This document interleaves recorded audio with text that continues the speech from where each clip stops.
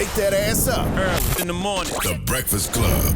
Morning, everybody. It's DJ NV, Charlamagne the Guy. We are the Breakfast Club, and we got a special guest in the building. The queen, the legend. Erykah Badu. Welcome. Ooh. If I could. Good morning. Good morning, Icon. How are you? Good morning. I'm good. I see you on the cover of Vogue. You saw me? Yeah. Congrats. Celebrating 25 years in the business. It confused me, though, because it said second coming. I'm like, second coming? That's what I said, too. Yeah, you've been here forever. I know. I haven't left. Yeah. Maybe there's something they know that we don't know. What do you think that is? Some kind of reemergence or something. I'm going to take these out. Did everybody see them? That's some freshwater pearls and Kyrie shells? You understand. Come on now. Okay. Taking the grills out. Got them? There you go. You know what I love about that? Put on this very clean, sterilized table. There you go. It's so spiritual, but yet still so down South Texas. Oh, yeah. I think so. Yeah, I don't know what they mean by second coming, but I'm honored to be on that cover, you know, recognized in a world that I cherish so much, you know, art and creativity and style. That's really cool. Really cool. Do you feel like they be trying to interrogate you when they have those conversations with you for those covers? Like they really want to get in the mind of Badu? I don't know what they be trying to do. I'm impenetrable when it comes to that kind of thing. I usually guide the conversation to, you know, talk about the things that I think that people should hear. Yeah. I got a chance to see you outside the country. You were we were staying at the same resort hotel, and got a chance to see you perform. Why are you telling all her business? She was performing. She was performing. What do you mean? Legally. She was performing. Okay. Legally. She was performing. And you know, people. I'm not gonna say people, but I forgot how many hits and records that you had. Really? Like the amount of time you were on that You stage. think I'll do the Super Bowl now? Oh, come on. You could. Yeah, absolutely. Okay. What? And people know? Would you do it? Yeah, I think so. I don't know. It depends. They ready for that? I can see those headlines. They'll act like you've cast a spell on America. But That's what they meant. But the fact that you had youngins in there all the way to at that thing it was like 65-year-olds and everybody. The music transcended. Are you ever surprised with the demographic of fans that you have? Because it was young 21-year-olds that knew every word, and then it was 65-year-olds. I think that the people our age and older resonate with the music, and the people who are younger, like Puma's age group, the 18 to 30, they resonate with the words, because I think that's where we are right now as a culture, moving forward in our spiritual understanding. So I've been waiting for them to grow up. You've been waiting for a minute To have somebody to talk to. Okay. No, that makes so much sense because when you hear a lot of these youngsters talk, the spiritual journeys that they're on, you created the soundtrack for that years ago. Somewhat, yes. I think so. And now you're so fashion forward. How much luggage do you have to carry when you're on the road? Between the hats, the Queen outfits, of Sheba walking through the airport. the jewelry, you have so. I'm like, how does she carry all that? Queen of Sheba, cattle, gold, trunks, concubines, fans. I have everything walking through the airport. And you feel like you have to show up for every show. Like people expect this. You can't just come with a. But you know what? There's something people have to know about why I have all of these bags. I have the bags because generally people have a makeup artist and a hairstylist and wardrobe and costume. I do all of that myself on the road. So I carry each production with me. So if you see me and I have all that stuff, it's for a reason, you know. I seen you pulled up and it was like Erykah Badu's truck is here. The car is here. I was like, all right, let me go out and meet her. And when it opened, it was just bags. I was in one of the bags. He was in one of the bags. She told us she the bag lady. She bag lady. She was in the next one. I was like, goodness gracious, a lot of bags. How No cap. How does it feel after 25 years, though? Has it felt like 25 years in this game? Kinda. I don't really have a great conception of time, as you all know. Kinda, sorta. I could say now I'm gonna be 52 on my birthday. Whoa! So I could say that. I would have never guessed that. Yeah, I could thank you. I know I look like a child. Yes, you do. I didn't realize how much. You see the pictures of you and Puma, but when y'all see, I'm like, y'all could be sisters. We could be. But yeah, I don't know. But at 52 now, I see how fast it went. And when you get to be like 52, we were past middle age because what do we live to? 80, 90? We were middle age at 40. So when you get to about 52, it's kind of like it didn't really go that fast. So you don't want to really waste time on the things that you had to because you don't have to anymore. So it should be smooth sailing from here. Ease. Yeah. You know who's a fuck boy and a fuck girl. You kind of like play the cards like that. Yeah. When I look at people like you and Queen of Fool, I just be like, you can't even say how old you are. You really do have to say, so how young are y'all? Yeah. Queen of Fool is amazing. Oh, yeah. She was up here yesterday. Yeah, yesterday. Oh, yeah. Yes. And I think about your music, and I feel like you've been prophesying so many things that we are currently witnessing. Do you ever look around sometime and say, I knew it? I was right all along. Yeah, I knew. That's why I said it. What you drinking? This is apple juice and water and the herbs I drink every day. Bladderwrack, sea moss, astragalus root, and omega-3s with a little bit of magnesium. And what's that good for? Your immune system? It's good for everything. Everything? Yeah, I'm trying to hit all of the points. Yeah, because I also have some bad habits. So this is how I balance it. What's your bad habits? I can't really tell everybody right now. Yeah. Eating habits, bad habits? My stomach. I heard that growling. stomach. your stomach growling? I'm hungry. How long you been fasting? Jesus. 3 days? I could tell that wasn't no regular stomach ground.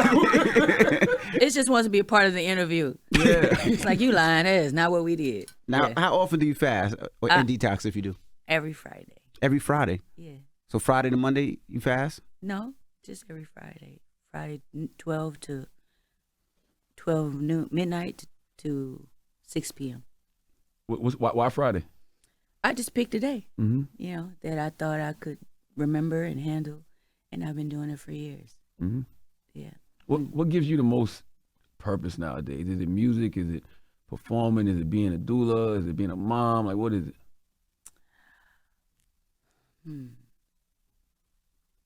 What gives me the most what? Purpose. Joy. Joy. Purpose. I think loving myself in a different way. I like my alone time because I've spent so much time with everyone, children, and relationships and things. I'm enjoying my time right now. What do you do by yourself? Is it meditation? Is it watching fuckboy television? Like what does how do you enjoy yourself? Television? Reality TV and stuff like that. Like what do you do then? Okay. I rest and I walk around the house and I make things and I look in the mirror and I get in my sauna and I braid my hair and I just do things, so I can be me, And what is it about the sauna? They tell you that you enjoy the sauna numerous times a day. What is it about the sauna that I do all day? That heat really warms up the organs and the cells and the toxins, as come out in the sweat and then go right into the shower and go back. It's just a detox. You're detoxing all the time. Yeah. You've always shown like so much confidence, so much poise, so much strength, and I love when you say you. Did you say strength? I'm from the South, South Carolina. Okay. But you talk about looking in the mirror. Has there ever been a time ever where you looked in the mirror and didn't like what you saw? If I did something that was not good, or I'm hard on myself, so even if I think something about somebody that ain't cool, I'd be feeling guilty. Yeah. So, I have, looked and like, that's not cool. you said if you think about something negative about somebody, you feel guilty? Yeah. I think they can probably feel that at some point. Energy is transferable. Now, when people reach out to you to be a doula, how do you decide if you're going to do it or not? Is that based off of energy, based off if you know somebody? How do you decide that? Yeah. Because I'm sure a lot of people reach out. It's knowing people and meeting somebody. You said it exactly right. It's the energy of conversation and what's going on. And when you become a doula, how hands-on? You got to give Erykah some time between these questions. I'm sorry. She be feeling things through. You I'm know what I sorry, mean? I'm sorry. He's excited. I know. I'm excited. I feel like we cutting off the thoughts. You got to let her just. Sorry. Yeah. It's all right. It's all good. So he can probably finish his sentences. At this point. I was asking when it comes to being a doula, how hands-on are you? Because sometimes it might be in a different state, a different area, different zones. So how do you? So my doula services start from the beginning of the pregnancy. Maybe the 3rd month, and we go through a nutrition plan, meditation. If there's something that needs to be smoothed out in the relationship, if they want to share that, we do that. The fathers are also pregnant, so I talk to them and a little counsel, and we, build altars together or whatever it is that the person needs. And we build a birthing plan. We start the exercise regimen, just whatever we need to do to clear out the way for those babies. Because my contract is really with the babies, for them to come through and the parents be in harmony and the room be the way that the parents want it to be. Just everything. It's a really important ceremony. So maybe one of the biggest rituals, that we'll have besides going the other direction. And I do that too. As a doula. What's the other direction? Deaf? Yes. I didn't know they had deaf doulas. Yeah. What did that consist of? Same thing. You are, especially during the hospice period, you are gathering family members that they haven't seen. You are making sure that they are happy, eating or drinking or reading their favorite things, listen to Richard Pryor, whatever it is they want to do, praying, depending on what they believe. And because no one knows really where these beings came from or where they're going. But it's important to me that the breaths are easy during the transition. You're breathing easy, the room is easy, so that you can be prepared for the next day. When you said the daddy's pregnant, what does that mean? Like, there's an invisible umbilical cord connection that I find generally between the wife and the husband or the mates. He gains weight, he gets moody, he starts to change, he starts to crave other things. Could be other women, could be freedom. It's just everything changes. So everybody's going through this process. And I find it comforting to have someone that understands what you're going through to help you make the right decisions during that period as a man. When you do the doulas for the transition, what kind of energy is exchanged in the room, you think, between you and that person, if any? A lot, maybe. Usually I'm trying to be like water, like Bruce Lee says, once I get everything the way it should be, I'm in a corner like waiting to see what the next thing is. And sometimes I'm at the forefront when the person doesn't really have a lot of family. We're reading, we're watching their favorite show, we're watching Steve Harvey, we're laughing, we're massaging the feet, combing the hair, braiding the hair, sometimes brushing the teeth if they can't do that. Sometimes you get to a point where you can't swallow. So I'm walking them through a breathing ritual that makes it more comfortable for them. How difficult is that for you? Not very difficult for me. And that's why I decided to be the welcoming committee and the ushering committee, because the first time I did it was with Stickman's first child, him and his mate Afia. I was just friends with them, and I happened to be at her birth, and that's when I kind of knew, okay, because I had just had 7 a year before, and I just kind of knew I can do this. This is something, and I'm always looking to be of service in some kind of way. So that's when I started studying and taking it to the next level. Yeah. Channeling information and things like that. I feel like you've been doing that. Like that's why even talking about your music when I said the thing about how you've always been prophesying things. Channeling. Yeah, channeling. Downloads. Yeah. That's how most things come to me. Did that hinder you when you was younger? Because I'm sure that you saw things other people Yeah. didn't see. Yeah, definitely. You know, the energy is so great sometimes in numbers when people don't really understand you or could be intimidated by you or any of those things, envious of you even. Sometimes the energy is too big when it's a lot of people. I can handle one or two, but when it's a lot, maybe the energy gets a little big. So as a child, it made me dim my light or pretend that I was like everybody else, you know, to make it easier for me. Yeah. When did you start sharing your gifts?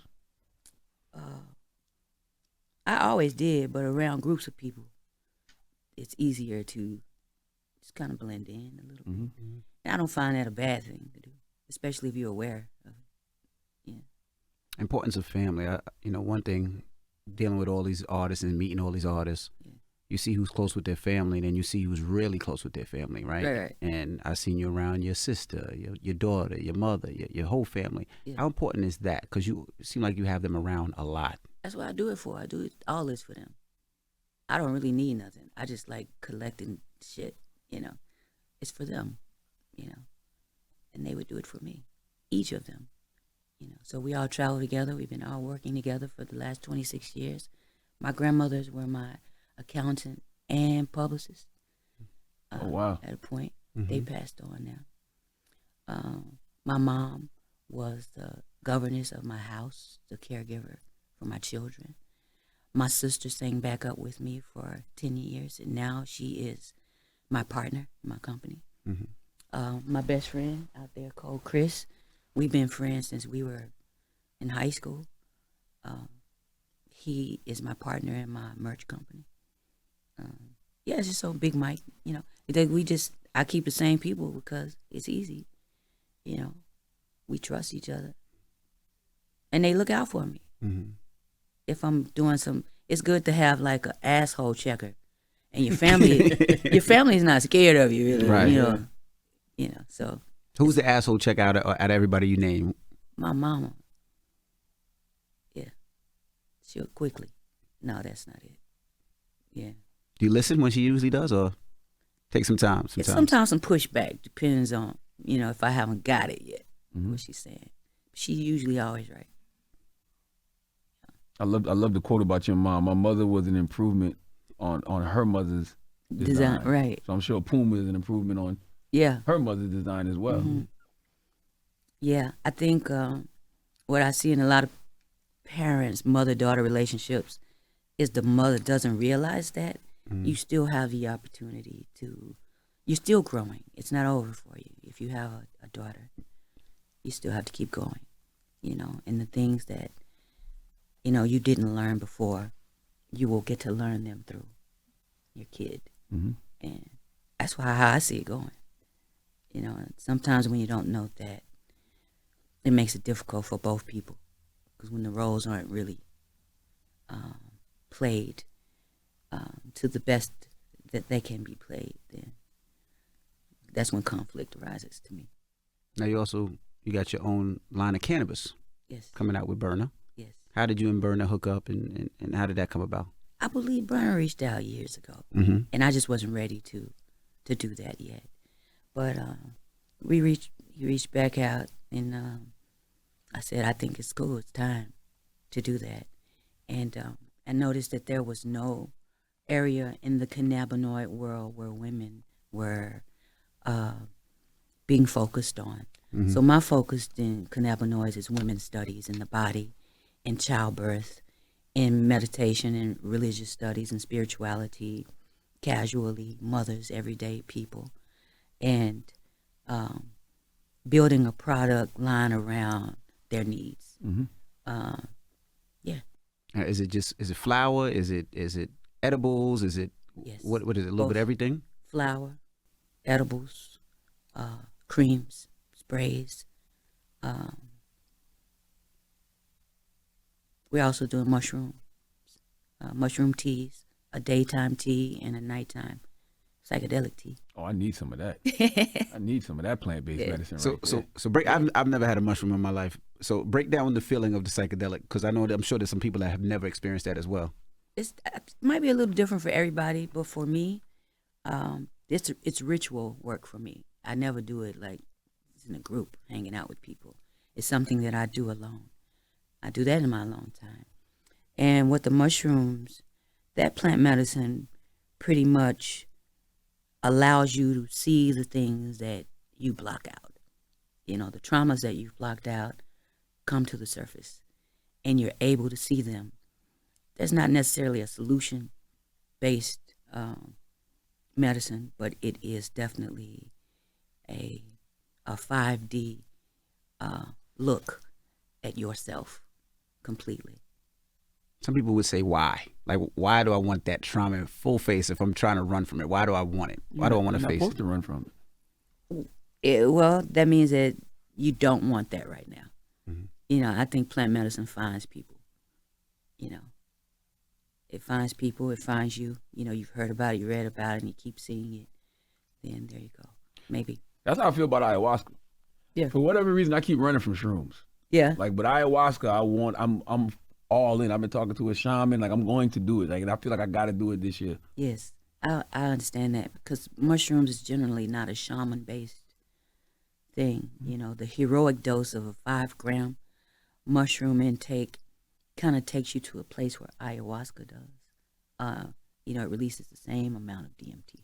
Mm-hmm. So, but what I like about what you're saying, the guided shaman meditation kind of gives you these guardrails if you've never done anything like that before, because it can be shocking. It can be sad. But what I've learned is when I do ayahuasca, it's different for everybody. Mm-hmm. But I find myself in these rooms, Envy, like you were talking about. Why do I want to go down this rabbit hole? Mm-hmm. Well, I find myself in these rooms, and I also find myself able to open my eyes, and I don't have to stay there. Mm. That's the lesson for me. And I take it in everyday life. When I get these thoughts in my mind, I'm able to now discriminate between the thoughts that are going to take me to this place and don't.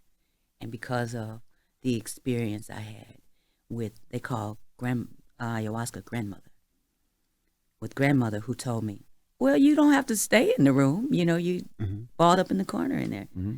Open your eyes. Get out of that room. Yeah. So I take that with me through life now.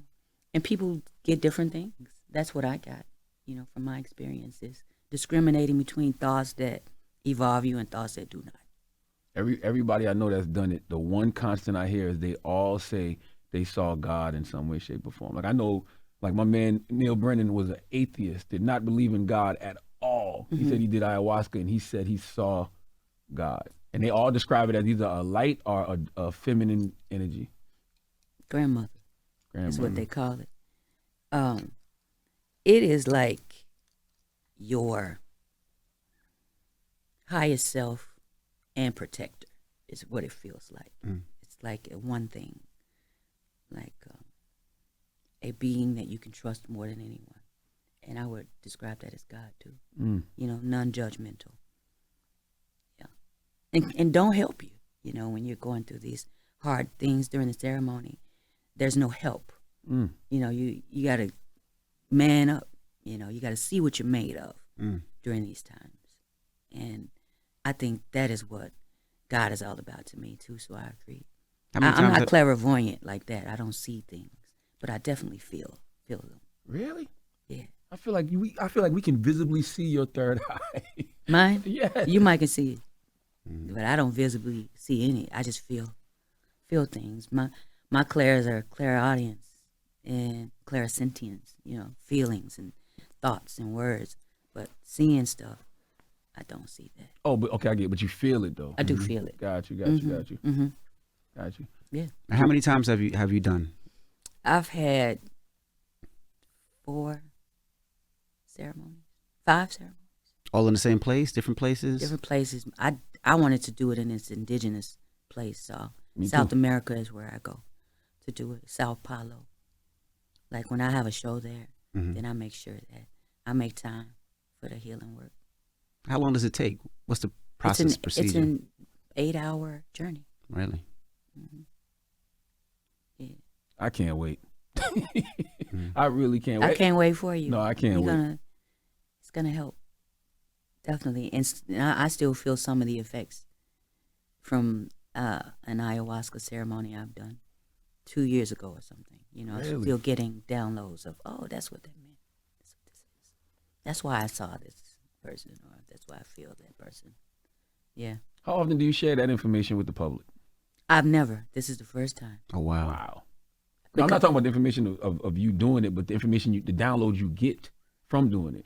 Rarely, because it's a personal thing, but if it's helpful, I will share it. Definitely.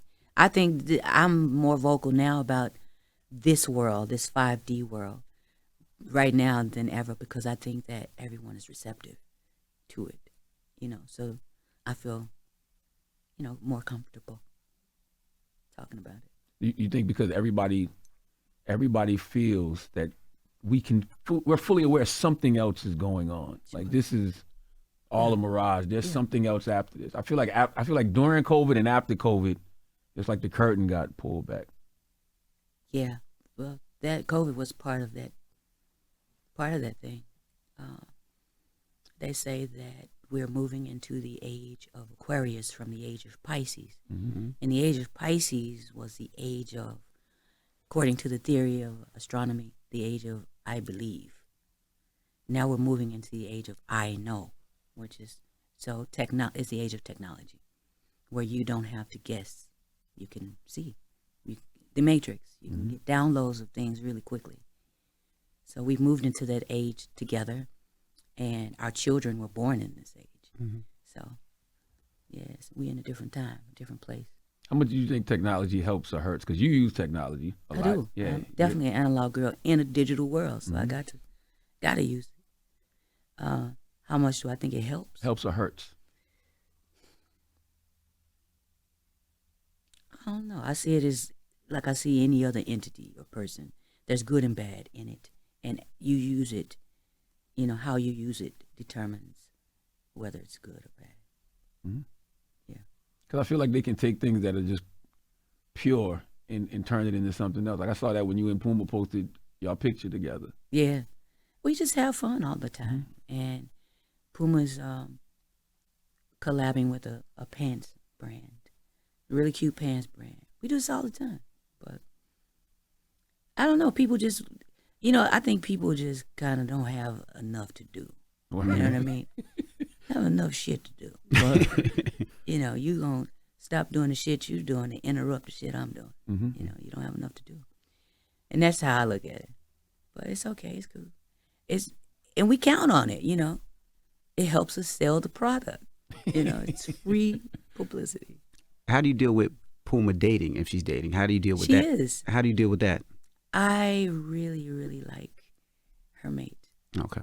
I think she's on point. Like she's an improvement on my design. I wasn't as mature. I didn't have my boundaries in place the way she does. I think they good. I think she's cool. I think her father also thinks that the brother is a really good guy.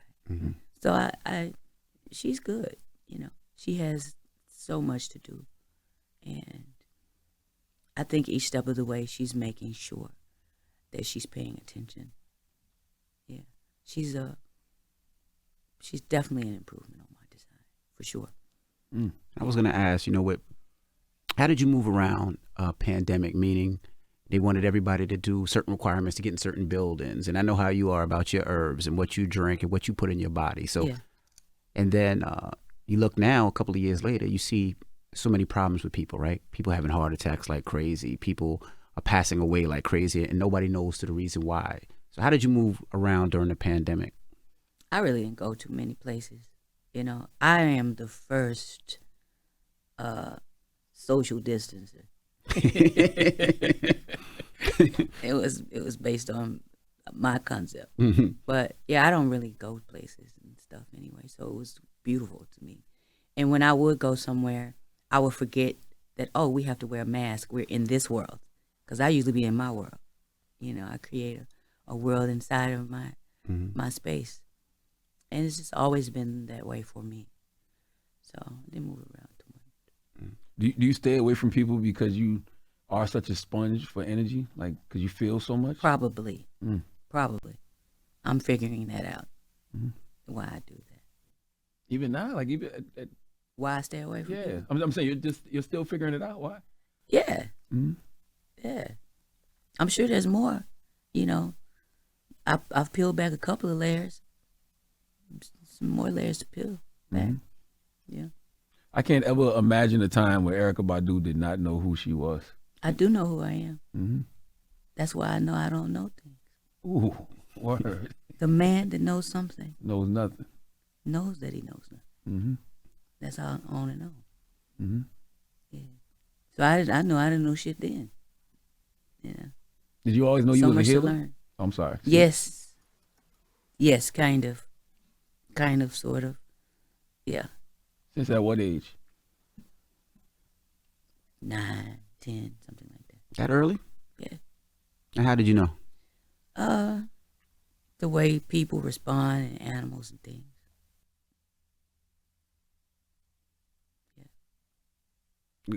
Like how to respond? Like No, I at get it. 9, 10? No, I got energy like that in the house now. That early? Like that's My 4-year-old, everybody, we all see that in her. She's an absolute healer. Like she does things my grandma does. Like, Yeah, just like the way I nurture rocks, or a plain old rock means a lot to me. I don't know. Yeah, I kind of knew that. I guess for the sake of words, healer would be that word. Did you feel But- odd in school because you obviously were I'm different? I'm a mutable person, so I learn quickly not to put myself in the line of fire. Gotcha. So I kind of mutate to how other people behave and learn that. Yeah. So I didn't really. Yeah, I didn't really do too much talking about these kind of things. Which is wild to me because you're a musician, right? So you have to talk and Not talk always. to producers, and even though you play most of your own instruments, it was none of that. Well, when I was younger, I thought we was talking about that, but I didn't become a singer till I was like 25. yeah, I'm talking about when you were a kid. As a child? Yeah. Okay. How old is your daughter now? I got a 14-year-old, a 7-year-old, a 4-year-old, and a 15-month-year-old. But the 4-year-old is What's the birthday? she's a Libra. Oh, she is? Yep, she's a Libra. She was born in September? Okay. Yep. What made you jump just now? You felt some bad energy, didn't you? Kind of. You did a little bit, right? A little bit. Okay, all right. Don't worry. I did. Yeah, you on point. Yeah, you on point. I saw you jump. You on point. Now she did jump a little Yeah, bit. yeah. That was you on good. point. Bag got hot. Now you got a book. Is there a book coming out in 2024? I keep hearing about. For me, Yeah, I might be. I don't think so. Am I putting out a book? Erykah. I heard New America New Part America Part 2? Is that gonna be the album or a book? Oh no, the book. Oh, okay, the book. Okay, that's gonna be Part 2. New America. No. I don't know if somebody gave y'all some wrong information. Yeah, somebody gave us that. What'd it wrong say? information. It says You got a book on Erykah Badu a book album. on Erykah Badu album. New America Part 2 is coming in 2024. Maybe somebody else writing it. You would have to do that one day though, right? Write a book? Yeah. You keep telling me that. You should. I really enjoyed your book. I think I'm so lazy. I like doing things that come really easy for me. Mm-hmm. And I do them well, and I'm not trying to reinvent the wheel. You perform for 2 hours straight. That ain't that easy. It's super easy. You singing, running back and forth, playing instruments. It's easy. That's easy.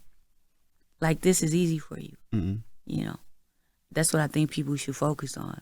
What's the easiest thing for you, and find a way to capitalize on that. And, we be trying to live each other people's lives and shit. What's the easiest thing for you? Mm-hmm. That's why everybody all out of alignment now, because they're doing things that they shouldn't be doing. They're doing things that they see other people do. Comparison, Find your gift. right? Comparison. Yeah, I heard. What's the guy name? Eckhart Tolle. Mhm. You know that? Mhm. I hear him say things like, "The ego needs an identity, and the identity lives by comparison." So we can't help but compare ourselves. I think somebody also said that when you're scrolling down Instagram, when you see a beautiful woman and you're a woman, you have about 2 minutes of depression that happens in the body. Really? Yeah, you get depressed a little bit. for about a couple of minutes. So your body releases an enzyme or hormone, that causes that. But what if you two are a beautiful woman? It still happens for some reason, because the body naturally wants to compare. Really? Yeah. Who has Erykah Badu ever compared herself to? Because you were 101. I am a one-on-one. But you don't always know that. We don't always know that. It depends on how we're feeling. Hormonally, we move up and down all day long, I'm perfect, but I don't know that. Yeah, all the way. Is that something you have to keep telling yourself? Yeah, I think we all do. Healing is like a full-time and part-time job. It's happening all the time. My daughter and I were talking once about jealousy and those kinds of things. And I told her those feelings don't ever go away. You just learn how to manage them better and use them, better. But the feelings of those things kind of stick with you. And, like people say, it's not a journey of trying to get somewhere. It's a decision that you make. I'm going to decide to behave this way, and that's because we're already here. We just have to decide. I'm gonna behave like this, starting today, So. When's the last time you compared yourself to somebody? You personally?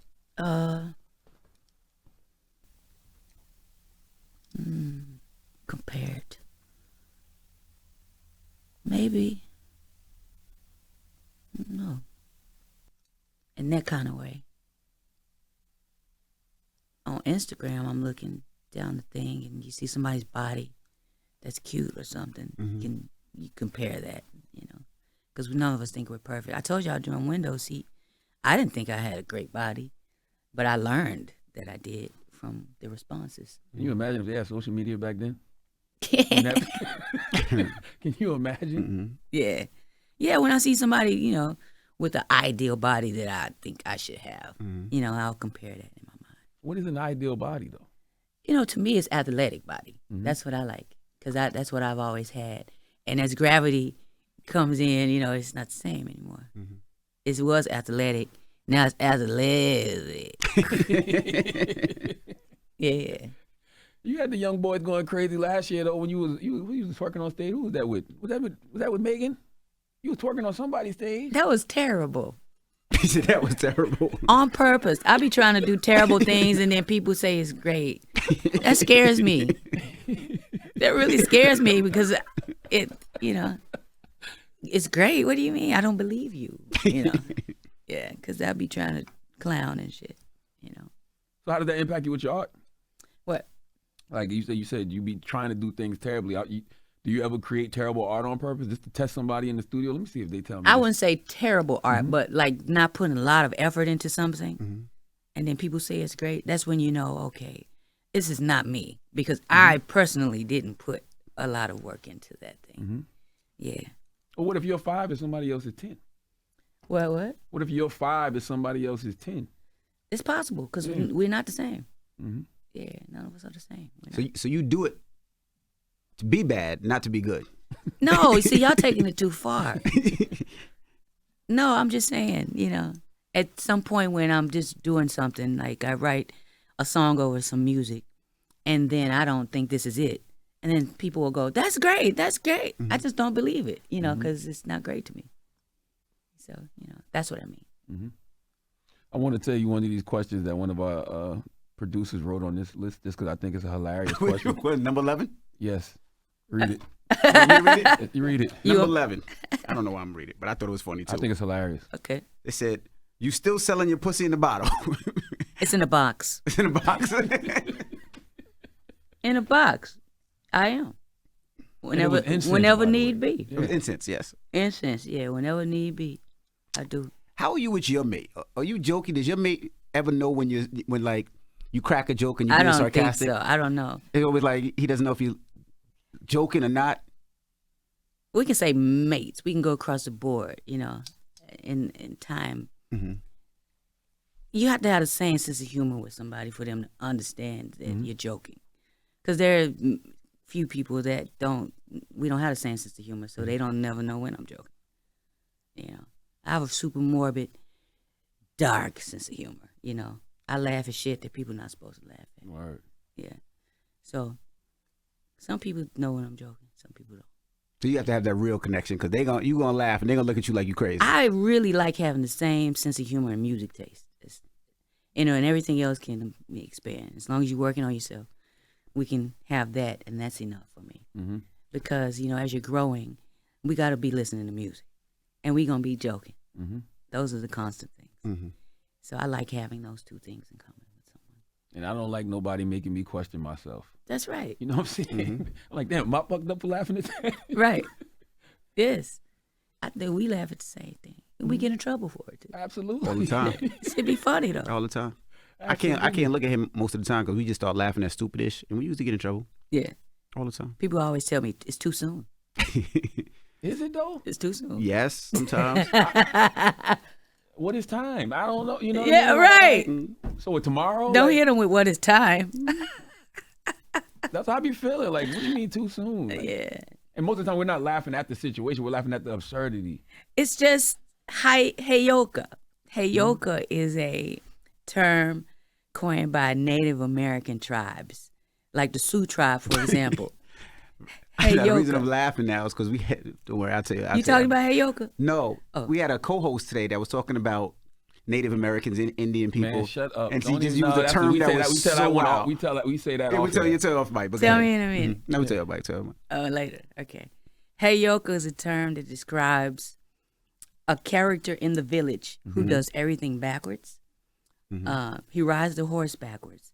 He purposely burns himself to make fun. He's like the jester or the joker. But he's the one who tries to make people not take things so seriously. Gotcha. Life and death, you know, and birth and tragedy, you know, so he makes the joke out of it. I'm super heyoka. So people don't think that's funny a lot, you know, the things I say, but I'm trying to make it lighter and that you don't take it so seriously. It's okay. We're in one moment right now. Gotcha. You're that too. I'm 100%. Yeah. Sometimes to my own, I don't even want to say it's to my own detriment. I just don't think it's a gift to share with everybody. Right. That's something I had to learn much later in life, though. It's tough love because you tell the truth and you don't really have patience for anything in between. So that's heyoka as well. Super gifted, but really impatient. You know, one thing we talk about with you, and I love it, like you've never allowed yourself to be labeled. Like even when it comes to men, right? So people always talk about your baby fathers, but you like they can't ever label you anything. Like they don't do that with other women. Other women they'll put labels on. Oh, yes. Lucky. Born on the right day, you know, I don't know. I think if you're transparent, people shouldn't do that, should they? Yeah, I didn't know anything. I didn't know. No one would expect to have 3 baby daddies. Who plans that? But when those things start to happen, you don't stop living. You continue to grow and live and learn and make the best out of those situations and things. Who would want to do that? You know, in this judgmental society. You just fucked me up because I thought Erykah Badu planned it. You did? Absolutely. Okay, well, I planned it. I thought you. Some part of me.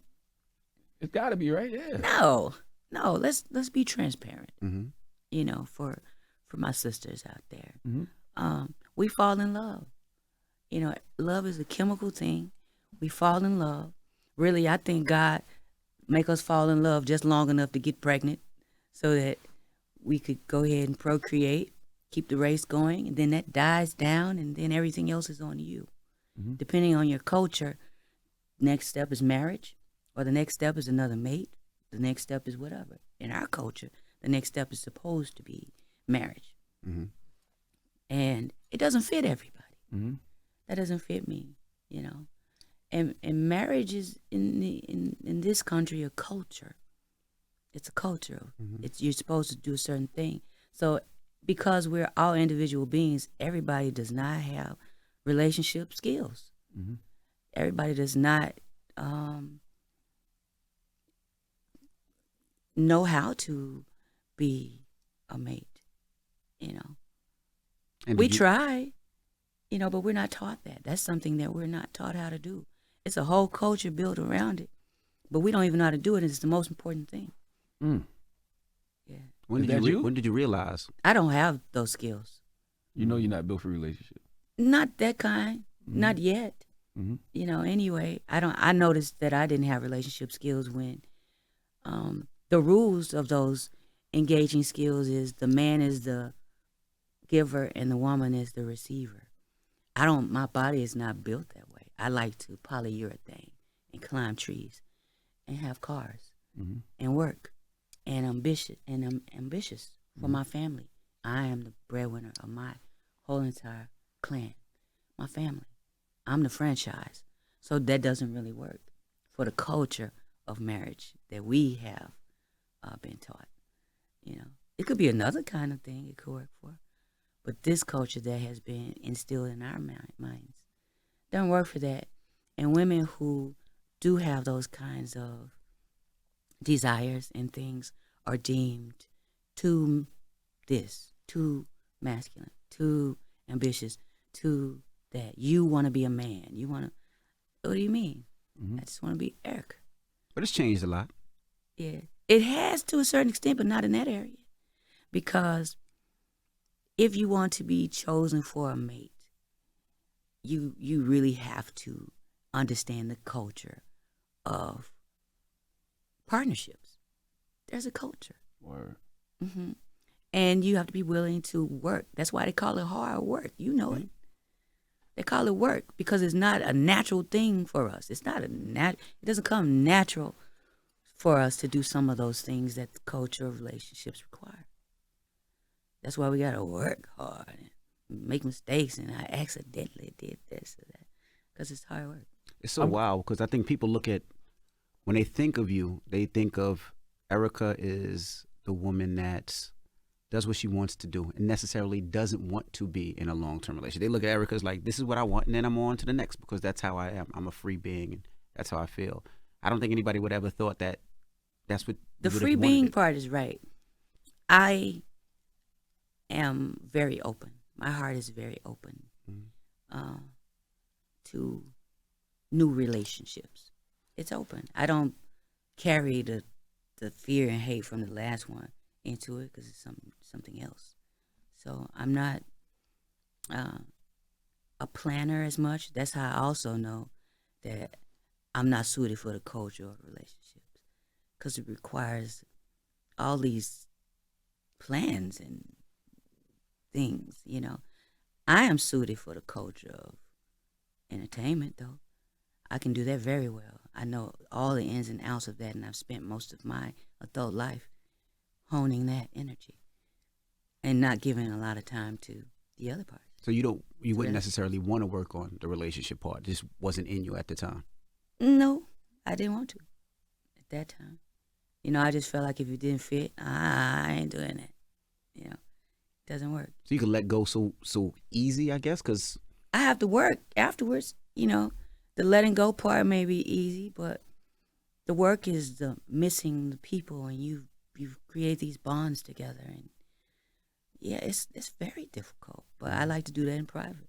I'm not gonna make it the guy's responsibility or nobody else's. But I know when there is time. The download told me. I'm glad you're here because I want to explore this with you because you said something, and I've been thinking about this. I feel like patriarchy is such a forced concept. Yeah. And I feel like people have to create a patriarchy in order to make men lead. I think if it was just naturally divine, it'd be a partnership. I just think Balance more. It'd be more balanced, but the women are the natural leaders to me. And I don't know if you've seen the new cover with Rihanna and A$AP and her child. To me, that represents that in such a real way. It speaks volumes to A$AP Rocky's love for her, and for himself. You have to really love yourself as a man in this society that has done its number on you and beat you down to the point where you feel like you're nothing if you don't have some physical thing to offer. You're an extraordinary human being if you have emerged out of that pool of despair. You know, it's disparaging to have to feel like you are nothing if you don't bring something to this table in the culture of relationships. Mm-hmm. It's difficult. I have a son, so I would hate for him to have to feel like that and then result to insecurity and result to envy of his mate and all that. You know, that's why I'm not suited for this culture of relationships, you know, because I don't believe those things. I don't believe my son to be in a box, nor myself, Mm-hmm. you know. Have you had problems with men understanding that you just are a natural leader? Yeah. Yeah. Yeah, they was in the world I grew up in. Mm-hmm. So, yes. I don't think they mean to. I don't think they want to. But this is the program, you know. And I also think it's a very innate thing for men to want to care for and take care of someone for the rest of their life, Mm-hmm. you know. But the way that we think that they're supposed to take care of someone for the rest of their life is skewed, obscured to me. Mm-hmm.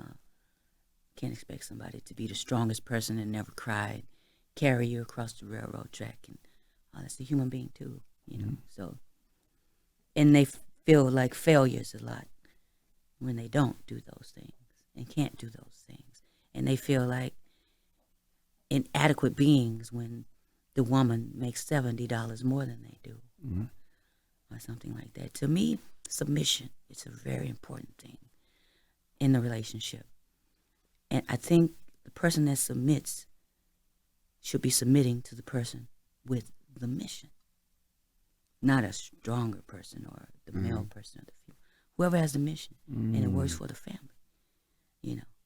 And the woman can have more money, lots more money, but as long as a man has a mission, it's fine, you know. Because if he wants to and needs to feel a certain way, you know, about it, then it's up to both of us. Not because it's the rules, it's because we care about each other. Mm-hmm. We're compassionate to each other's feelings and each other's needs.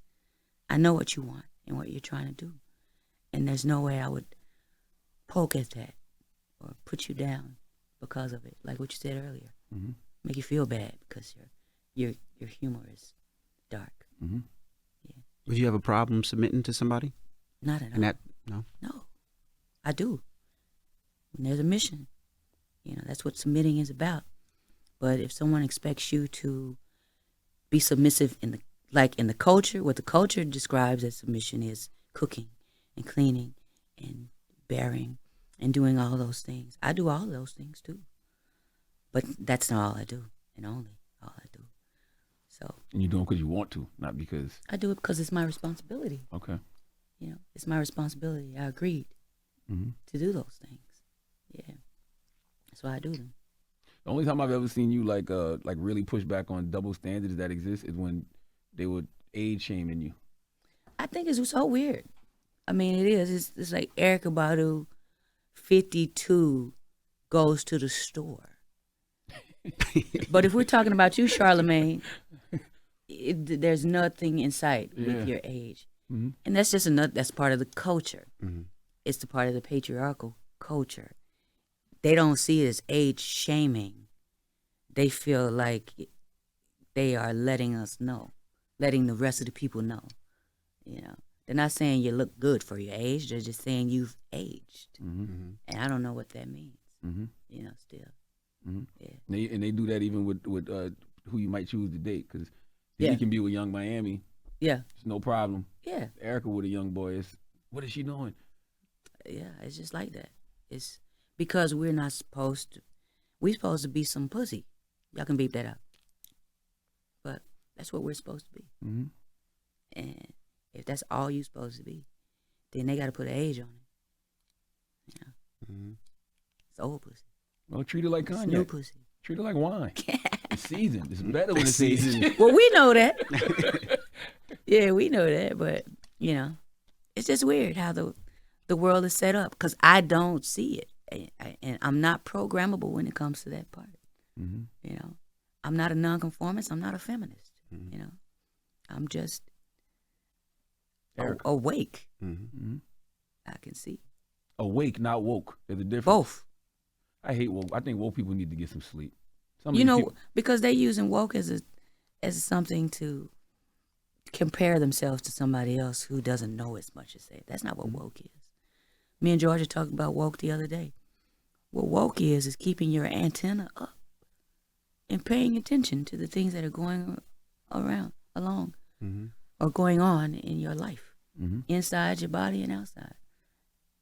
Stay woke, it's just been obscure. We're taking it back, because woke is a necessary thing for people. You got to be aware, in tune, in alignment with nature and the things that are going on, so you can not make the same mistakes. Yeah. Just a personal question. I just wanted to know. Yeah. Her time is precious too, by the way. I know. I just want to know what got you into DJing. Like what made? Because you DJ shows now. She DJs arenas. What got you into DJing? I've been DJing since I was 14 years old. I used to skip school to go to this guy's house and DJ, and he would have like 5 or 6 other people. They was all grown people. They was like 19 to 25. I was 14, and I would go over because I was really interested in DJing, and that's where I learned. And yeah, it's just been a love of mine since, because I love music so very much. My uncles and my mother, my cousins, we are all music historians. We love all genres of music. It's our coping mechanism along with dark humor, music and humor. And that's the way I grew up. Gotcha. So that's comfortable for me when somebody has that same humor as your tribe. And the same kind of understand for music. But I've been DJing a long time. I ain't new to this. I see. She don't just DJ arenas. Thank you. She DJ'd my Queen's 40th, and that was a vibe. We had so much fun. Oh man, nobody knew she was coming. My wife didn't even know. And when Low Down Loretta Brown walked in the building, Lord have mercy. Yeah. Man, that was incredible. So thank you for that. Thank you. And we appreciate you for joining us this morning. Always, thank you so much. This is so good. We're gonna leave people confused. Why? No, we're gonna leave them going to do some research. Yeah. Okay. All right. Well, That's thank all. you so much, both of you. Anything else they need to know? Just that you guys are sitting in throne chairs, and I'm in like a regular. No, we got yours coming. Oh, you do? No, You got an extra one coming in. We do. You are lying. I'm not lying. No, we do. But see, I'm torn on it because I'm not gonna let everybody sit it. I'm serious. Oh, so you got one for the guests? No, special guest. Oh, no, Special guest. Special guest. Okay, cool. I like it. I'm really happy to see y'all. I'm happy to see you too. And I'm grateful to be here, and I'm grateful for this collab with Cookies. Because it's important, for us to expand and break that, that taboo about women and cannabinoids. So I forgot I had to plug that in. No, we got you. We got you. We've been talking about supernatural. Yeah, but I'm happy and I'm grateful to Vogue for recognizing, my love for fashion. Well, thank you. And happy early born day. Yes. Yay, my birthday party. Would you like to close us out on a prayer or some positive energy? Absolutely. A prayer? Yeah, let's do it. Well, God, thank you. Look, we don't do all the right things, and we don't know all the right things, but we are so happy for all of the information that you have provided us. We're so grateful for Ma'at, that means balance. I'm grateful for running water and for clothing and shelter and buildings and partners to argue with and people to compare ourselves to, and the mistakes that turn into our greatest lessons. We thank you, and we don't take this opportunity to grow for granted. Asheo. Thank Yes, you. indeed. The queen, the icon That's living. right. It's Erykah Badu. That's her. And it's the Breakfast Club. Good morning. Good morning. Wake that ass up. In the morning. The Breakfast Club.